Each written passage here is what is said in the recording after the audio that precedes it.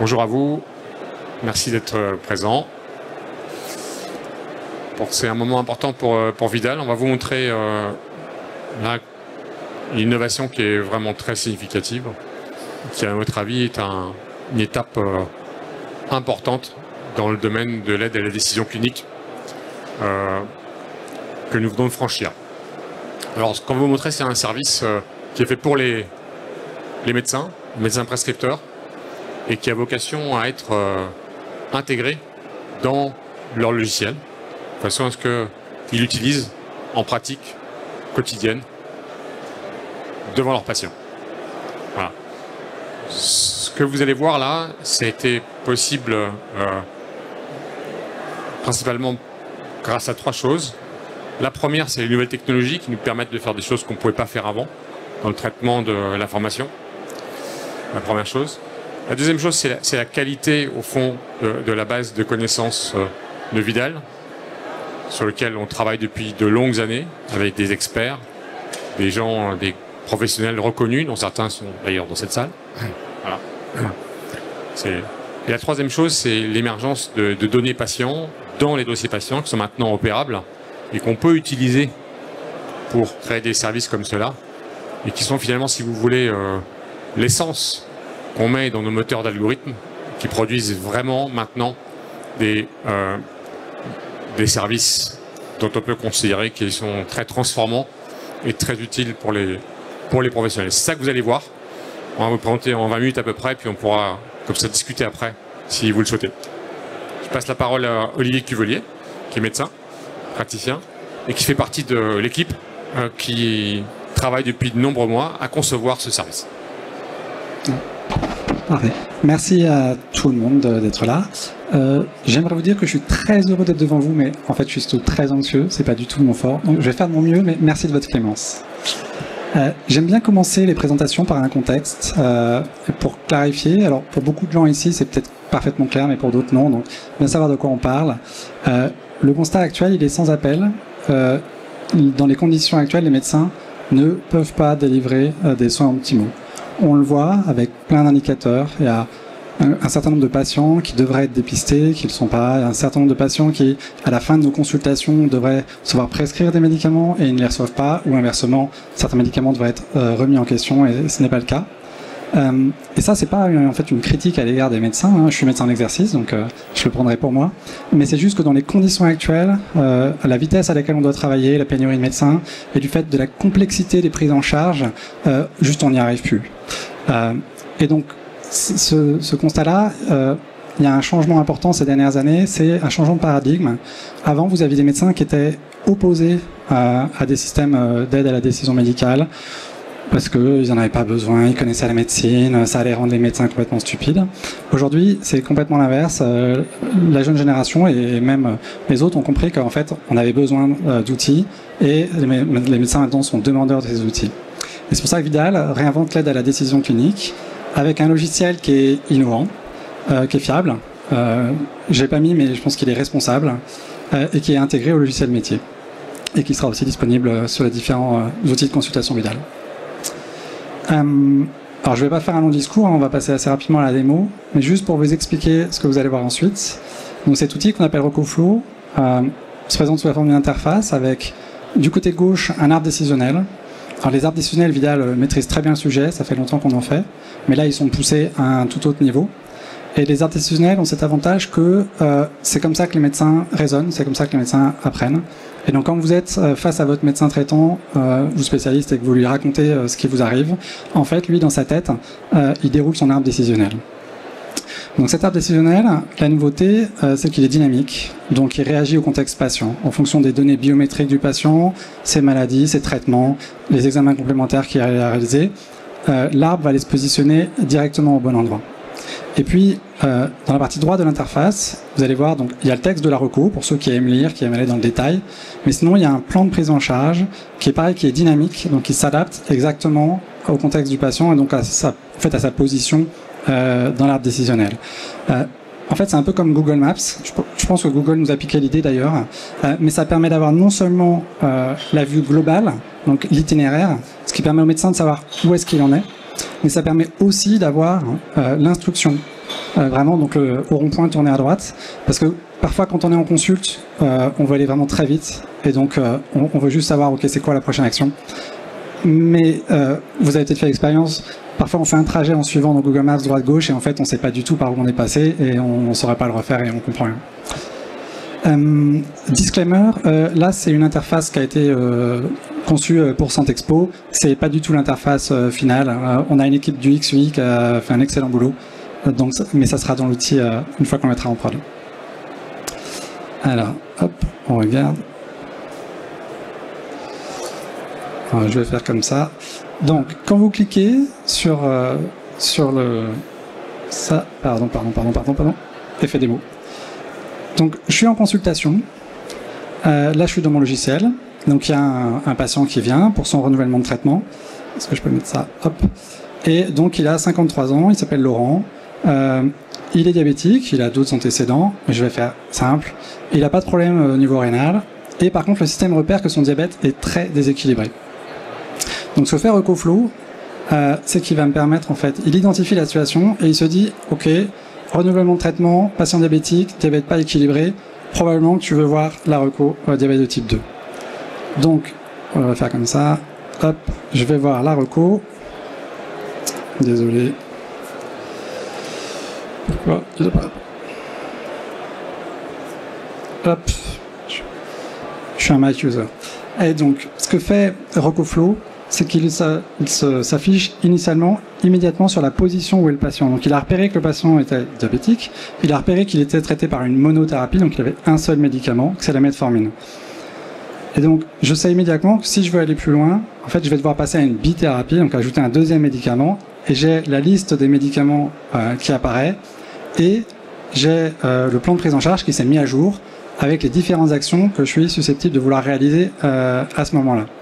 Par exemple, je vais vous le montrer après ça. Je peux évidemment me promener dans l'arbre. Encore une fois, hein, c'est pas la vraie interface. Et je peux aller explorer certaines branches. Par exemple, si c'était un enfant ou un adolescent, j'ai tout à coup tout un arbre décisionnel qui apparaît. Donc, évidemment, sur un PDF, vous pouvez pas faire ça. Dans un bouquin, vous pouvez pas faire ça. Donc, l'intérêt, c'est que le médecin peut extrêmement rapidement se promener, parcourir la stratégie thérapeutique, la prise en charge, sans avoir rien à saisir et sans avoir à faire des allers-retours entre un texte et un arbre décisionnel. Donc si je voulais aller jusqu'au bout, je suis désolé, vraiment, j'ai pas de souris donc je fais au mieux. Si je retourne dans mon arbre général, je peux aussi vous montrer, j'ai évidemment en fait dans le plan de prise en charge toutes les prescriptions hors médicaments, donc tout le suivi qui est recommandé pour les patients, et puis je peux imprimer également des conseils généraux. Si par exemple je voulais lui prescrire une bithérapie, j'ai donc la liste des médicaments disponibles qui correspondent. Je peux avoir plus d'informations si vraiment je suis une grosse quiche, que j'ai pas du tout lu les dernières recos et que je lis ça à l'arrache. En vrai, les médecins font pas ça, rassurez-vous. Sinon, donc quand j'ai choisi, je fais mon choix, je clique et puis ça me ramène donc dans le. C'est bon. Ça me ramène dans l'interface de prescription ratée avec le médicament qui est chargé. J'ai plus qu'à adapter la posologie si besoin et puis ensuite valider mon ordonnance. Voilà, ça c'est le genre d'outil très simple mais que les médecins attendent depuis extrêmement longtemps. C'est de ne pas avoir à quitter le logiciel, récupérer de l'info et revenir la saisir dans le logiciel. Hop. Voilà. Donc, pour résumer, en fait, les trois principales fonctionnalités que vous venez de voir, en fait, la chaîne de valeur pour un médecin est toujours la même. C'est quand je suis en situation d'incertitude, quand je ne sais pas ce que je dois faire. Moi, ça m'arrive pas, mais mes collègues me disent que ça arrive. La première chose, c'est de trouver une info. Donc, généralement, vous sortez de votre dossier. Alors, soit vous avez un bouquin sur votre bureau, soit vous avez un PDF sur le bureau de votre ordi, soit vous allez sur un site anti-clic ou autre. Les recours de la HAS, évidemment. Ensuite, donc vous tombez généralement sur un PDF qui va faire 50 à 90 pages, et donc il faut trouver dans ce PDF l'info qui correspond à votre patient, donc le petit paragraphe qui convient. Et ensuite, évidemment, il faut retourner dans votre logiciel et saisir tout ce que vous avez trouvé. Avec RecoFlow, l'accès à l'info, il est quasi immédiat, il est en un clic. Et puis, donc, l'expérience Vidal, c'est un fonds documentaire qui est basé sur les textes de la HAS, sur des textes de sociétés savantes. C'est validé par un comité scientifique, donc c'est solide. Ensuite, donc vous avez cette étape là de sélection de l'information, c'est-à-dire que ça vous positionne précisément au bon endroit dans l'arbre, donc vous gagnez un temps précieux. Donc là, le médecin il est content, tout ce qui est charge mentale, vitesse, il est ravi. Et puis vous avez cette action de mise en œuvre immédiate au clic. Tout à l'heure, Paul Frappé, du président du Collège de médecine générale, disait il faut qu'il y ait une chasse au clic qui soit faite. Bon ben là, on est à fond dedans. En quoi est-ce que c'est totalement nouveau? Déjà, c'est intégré au logiciel métier et donc il y a très très peu, voire aucun outil en fait qui intègre véritablement la connaissance dans le dossier. Ça s'adapte automatiquement au contexte patient, donc ça tient compte, j'ai mis maladie, résultats, traitement, etc. Toutes les infos structurées qu'on a. Ça rend en fait le parcours de soins, la prise en charge extrêmement facile à suivre. En fait, quand on lit et qu'il n'y a pas d'arbre décisionnel, en fait, c'est des paragraphes qui sont parfois décorrélés les uns les autres, et en fait, dans les prises en charge complexes, on finit par être complètement perdu. En fait, on connaît le détail, donc mais en fait, quand le patient il n'est pas dans un cas très particulier, ben, finalement, parfois on a du mal à faire les nœuds, à bifurquer dans la prise en charge. Donc là, vous avez une vue qui est extrêmement claire, qui est parfaitement simple. Donc les PDF illisibles, c'est terminé. Les actions sont donc directement actionnables, je l'ai dit pour tous les types de prescriptions. Et puis, donc, l'information médicale, derrière, en fait, la connaissance médicale, elle est structurée, elle est interrogeable, je vais revenir dessus, par les nouveaux systèmes d'IA. Les principaux bénéfices de l'outil, alors, je voulais dire c'est un triple gagnant, enfin un gagnant-gagnant-gagnant, mais en fait j'en ai mis 4, alors ça va pas. Mais le patient est gagnant puisque les prises en charge sont optimales, la sécurité est renforcée. Le soignant est gagnant, il fait de la meilleure médecine, il va plus vite, il gagne en charge mentale. Et puis aussi la société, les payeurs sont gagnants puisque un parcours de soins qui est optimisé, c'est des économies qui vont être réalisées. Et puis parce que on peut s'attendre avec ce genre d'outil à et c'est important aussi à ce que la connaissance médicale, elle soit diffusée plus vite et de manière plus uniforme sur le territoire. Selon les études, vous avez entre 7 à 15 ans pour qu'une connaissance médicale qui soit acquise, elle arrive en pratique quotidienne. Voilà. Les diabétiques, il faudrait qu'ils fassent tous les ans un dosage urinaire, la microalbuminurie. Bon, en fait, on doit être à 30 ou 40% seulement des diabétiques qui le font. Alors, c'est pas que la faute des médecins, hein, mais voilà. Je voulais parler aussi de l'IA qui est au service de cette avancée. C'est un outil qui n'aurait pas pu être fait sans l'IA générative. En fait, avant, ce type de système d'aide à la décision, il était basé sur des systèmes experts. Le problème, c'est que vous allez devoir faire 50, 100, 200, 300 règles. Et en fait, assez vite, ça devient impossible à maintenir. Et en fait, en médecine, ça bouge très vite. Donc vous avez besoin absolument d'avoir une connaissance médicale qui est à jour. Alors la diapo est un peu complexe, mais en gros, en bas, vous avez ce qui se passe fondamentalement dans la tête du médecin. C'est-à-dire, le médecin, il écoute le patient, il fait son stock, donc on appelle ça d'ailleurs l'interrogatoire. Hein. Et à côté de ça, il a sa connaissance médicale, et en fait, il vient croiser les deux pour savoir, ok, quelle action je dois mener. Donc là, ce qu'on fait, c'est que cette connaissance médicale, on va la structurer sous la forme d'un graphe de connaissances. Ça, évidemment, c'est fait avec des humains, mais c'est aussi facilité par les LLM.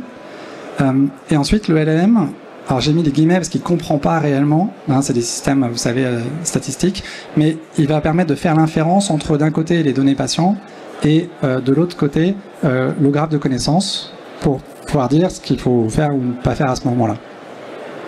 Alors par exemple, je ne l'ai pas montré, mais dans l'arbre décisionnel, vous pouvez tout à fait lui demander d'afficher dans le parcours de soins ce qu'on appelle en anglais les care gaps, donc les écarts aux bonnes pratiques. C'est-à-dire que vous avez un cartouche qui vous dit le suivi du diabétique, c'est tel examen, tel examen, tel examen. Et en fait là, le système peut vous dire, ah bah attention, par exemple la consultation d'ophtalmo, ça fait 3 ans qu'elle a eu lieu, donc il en faut une nouvelle.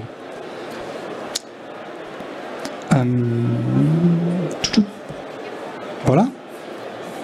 Je suis allé un peu vite. Ça laisse plus de temps pour les questions. Oui. Normalement, il y a la personne avec le micro. Non. Merci, Alex. Oui, j'avais 2 petites questions. La première, c'est de savoir si, parce que c'est le médecin qui a la décision finale, donc est-ce qu'il est en capacité de dire à un moment dans l'arbre de décision, je suis pas d'accord, soit parce que le contexte patient n'était pas complet, Donc du coup, l'IA n'a pas pu donner la bonne proposition, soit parce que, je sais pas, peut-être qu'à un moment donné, elle est aussi en phase d'apprentissage, peut-être, si ça peut arriver avec cette IA-là ou pas. C'est ma première question. La deuxième, c'est de savoir ce Vidal, quel était le public qui était adressé avec cet outil. Est-ce qu'en priorité, ça va être la médecine de ville ou les hôpitaux? Voilà.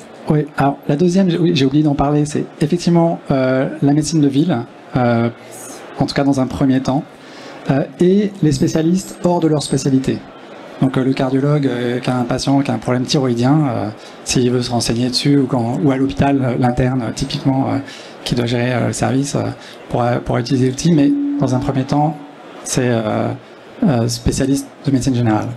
Voilà. Par rapport à la première question, il y aura bien évidemment un système de feedback dans l'interface qui permettra aux médecins de signaler tout bug. Et d'ailleurs, il y a un système en fait qui trie.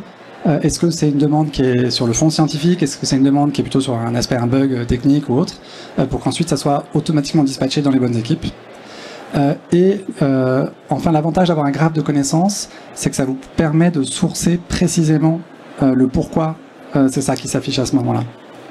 Alors là, pour la démo, pour simplifier, j'ai pris le cas du diabète, mais en fait, l'avantage d'un graphe de connaissances, c'est que vous n'êtes plus limité par une pathologie, comme c'était le cas avec les règles experts.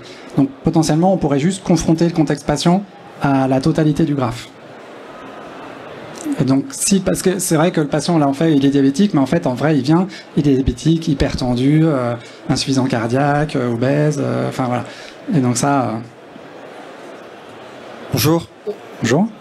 J'ai raté le début, mais je pense pas que ça a été dit, je sais pas. Sur les systèmes d'IA donc que vous mettez en place, donc je comprends que c'est pas des systèmes experts, vous avez bien expliqué, c'est de l'IA générative, mais comment vous faites enfin, quel est le jeu de données dont vous disposez pour entraîner une IA qui en plus n'adresse pas qu'une seule pathologie, mais tient compte de tout le contexte patient et de tous les possibles? Est-ce que ouais, on a notre DSI qui est là, donc je vais le laisser répondre. Donc en fait, on n'entraîne pas d'IA. Le graphe de connaissances, comme ce qui a été dit, est fabriqué à la main par nos scientifiques, avec les sources qui font. L'IA, en fait, va interroger le graphe de connaissances. Donc au travers d'un RAG de type GraphRag ou ces choses-là.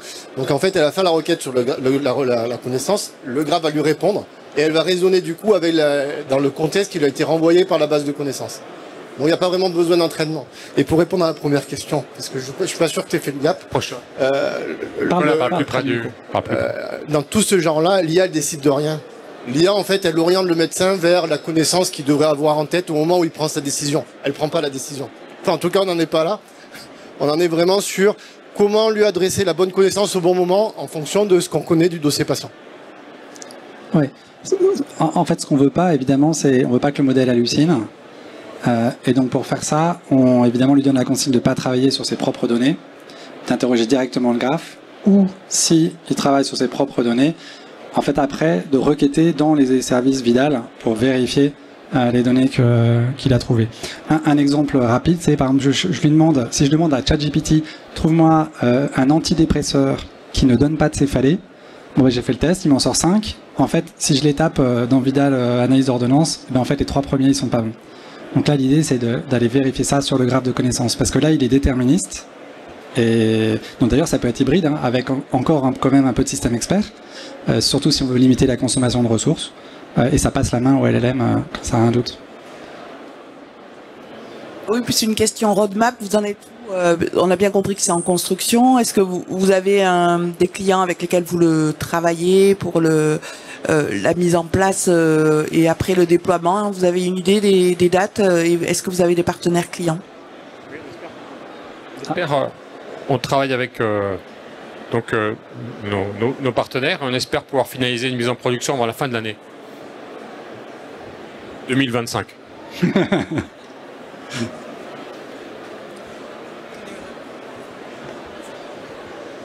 Bonjour, merci pour cette présentation. Moi, j'avais une question d'évaluation, en fait. Est-ce que vous avez prévu, vous avez déjà fait des études avec un groupe de praticiens qui utilisent le système et un groupe qui ne l'utilise pas, avec des indicateurs qui vont bien, voilà, pour montrer l'utilité et l'intérêt? Ouais, bon, je te laisse. Vas-y. Alors, Oui, c'est tout à fait prévu. C'est typiquement le genre d'étude qu'on va vouloir faire un crossover. Et on avait fait une première version avec une entreprise qui nous a accompagnés. Mais tu n'as pas besoin de dire qui, mais tu peux dire qu'on l'a fait. Je sais pas ce que j'ai le droit de dire. Donc oui, on l'a fait pour valider le concept et pour être sûr que c'était vraiment le besoin auquel il fallait qu'on réponde. Voilà. Avant de développer tout ça, avant de mettre l'équipe au travail, on a vérifié qu'on répondait bien à la question qui se posait. Et maintenant, on va le réévaluer une fois que le système est développé. Alors moi, j'avais une question sur vos graphes de connaissances. Est-ce qu'on peut voir un exemple? Là, donc, c'est l'algorithme décisionnel là qui est projeté. Ça, effectivement, c'est la traduction du graphe. D'accord. D'accord. Ouais. Mais là, j'ai rien prévu de montrer aujourd'hui. Mais typiquement, en fait, le graphe, ça va être des concepts avec les entités à l'intérieur des concepts et des liens entre eux. Par exemple, diarrhée va être lié à, par exemple, un médicament en tant qu'indication. Mais diarrhée va aussi être lié à un médicament en tant qu'effet indésirable. Diarrhée va être un symptôme concernant l'appareil digestif. Voilà, on fait tous ces liens-là. Et à la fin, ça fait... Alors, visuellement, on peut pas le regarder comme ça. Enfin, c'est des points partout avec des traits entre eux. Enfin, voilà, donc ce qu'on peut dire en conclusion, c'est qu'on sait que c'est faisable, puisqu'on l'a fait. Voilà. Donc ce type de service, dans le champ de ce qu'on sait faire maintenant et de ce qu'on va faire. Donc, on sait aussi que c'est utile, parce qu'on a fait les études qui nous montrent qu'en effet, on a de l'impact et qu'on améliore globalement la pratique de prescription. Donc là, on travaille vraiment sur les pratiques. Voilà. Le challenge qui nous restera à affronter, c'est celui de l'utilisation par un nombre de professionnels large dans les mois qui viennent, au début de l'année 2026, de ces outils qui seront proposés à l'ensemble des éditeurs de logiciels du marché français. Voilà. Est-ce que dans quelques mois, les médecins utiliseront ces outils très intelligents et d'une nouvelle génération en routine? C'est la vraie réponse qu'on attend maintenant. Merci à vous.